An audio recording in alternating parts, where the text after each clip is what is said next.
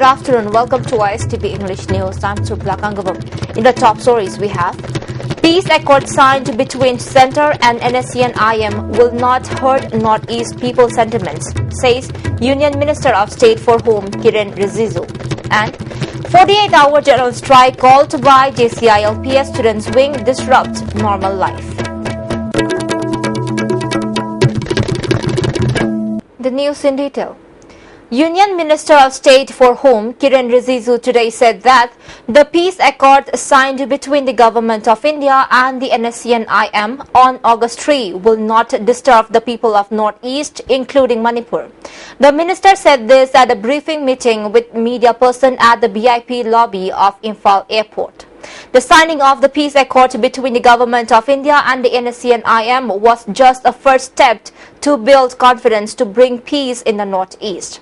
This will not cause any problem to hurt the sentiments of the people of the Northeast, he said, and appealed to the people not to create any tension. The Government of India has already stated that the concerns, the sentiments of the Nagas will be understood in a holistic manner, and the uniqueness of the Naga problem will be addressed. While saying that, the sentiments of the surrounding states, people of Manipur, Assam, Arunachal Pradesh, this will not be bypassed. So it is not going to be in the interest of one group or one community. It will be in the interest of the whole region. After all, Northeast is facing the insurgency problem for a very long time. People are starving for peace. When we talk about peace, we have to compromise into issues but without bypassing the sentiments of various other groups. The 48-hour general strike called by JCILPS student wing in protest against the brutal manhandling of girl students who tried to storm the office of Education Minister M. Okenro on August 3 has completely paralyzed normal life. The general strike started from 6 p.m. yesterday and will conclude at 6 p.m. tomorrow. All markets in Imphal and other valley districts remain closed. At Khairamban, Pauna Bazar, Thangal Bazar, MG Avenue and other surrounding markets in the heart of Imphal city have already remained closed since yesterday afternoon when the market women rose up in protest against police brutality, especially on women. No vehicles were seen on the roads. In fact, no one was seen moving on the city roads except those of essential service and media and the general strike supporters. Even government offices were almost completely deserted. Many supporters of the general strike started blocking the roads in two districts of Imphal since yesterday evening. The protesters shouted slogans like "Implement ILP," "Punish police personnel responsible for killing Robin Hood," etc. Groups of general strike supporters barricaded all roads by laying culverts, logs, bamboos, etc. Women vendors of Khairamban market today attacked some women who tried to sell vegetables during the general strike. They warned those who try to sell their goods, saying that the ongoing movement is also for them too. They also blocked the BT road and stopped passers-by. A large number of women and students, along with volunteers of Iroshemba Youth Club, blocked the road and held a sit-in protest in the middle of the road in Irosemba areas, demanding implementation of ILPS in the state. The protesters shouted slogans like "Punish the police personnel responsible for the death of Robin Hood," "Implement ILP at the earliest," etc. On the other hand, many groups of people enforced road blockage in areas like Naremthong Kumantem Lekai, Lashram Lekai, Naremthong Bazar, different places at Uripok, etc. At Kagwa Bazar, Singjamai Mayingbam Lekai and Singjamai Bazar too, people came out and blocked the road by burning old tires, using bamboos, logs and other heavy materials as pledging support to the ongoing movement. Lending support to the statewide general strike of JCILPS student wing in the state, residents of Sagolban Lokhamlerak blocked the road and burned different materials and stopped passerby from crossing the road. In support of the general strike called by the JCILPS student wing, the residents of Kurai localities came out and blocked Imphal Ukrul Road and Tinsid Road by piling up huge logs and burning used tires. On the other hand, many general strike supporters blocked the road at Kurai Ahungay and Tingangbam Lekai by using the same methods of burning tires and placing huge logs. The residents of Nongmaybung Ayangpali also blocked the Ayangpali road at the junction of Porompat Tawantawa. The Band supporters shouted slogans for implementation of ILPS in the state at the earliest. Many residents came out and blocked the national highway at Tera Tongbram Lekai. They demanded implementation of ILP at the earliest, suspension of police personnel involved in killing of Robin Hood, etc. Singjamay Chingamakha Model Club, Chowkhat Khongthang Loop, Salai Apunmanupi Loop and Imoynu Chowkhat Khongthang Loop came out and blocked the road and raised slogans like implement ILPS, punish police personnel involved in the killing, etc. On the other hand, a large number of Band supporters blocked the Mayay Lambi road starting from Wahingbam Lekai at different points at Wanggoy, Langtabal, Mongsangay, Heranggoythong, Haubam Marak, Kashamthong, Mutum Lekai and Kangabam Lekai. The Band supporters shouted the slogans like implement ILPS in the state at once, punish the police personnel involved in the killing of Robin Hood and mercilessly assaulting a girl student during the protest demanding implementation of ILPS.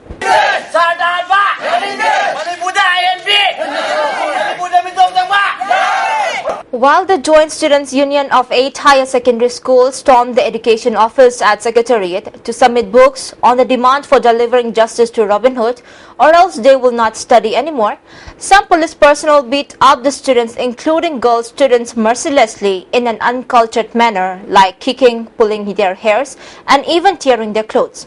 The atrocious act of the police personnel is highly condemnable and should be suspended at the earliest. This was demanded by CPI-ML Liberation Manipur State Unit Committee.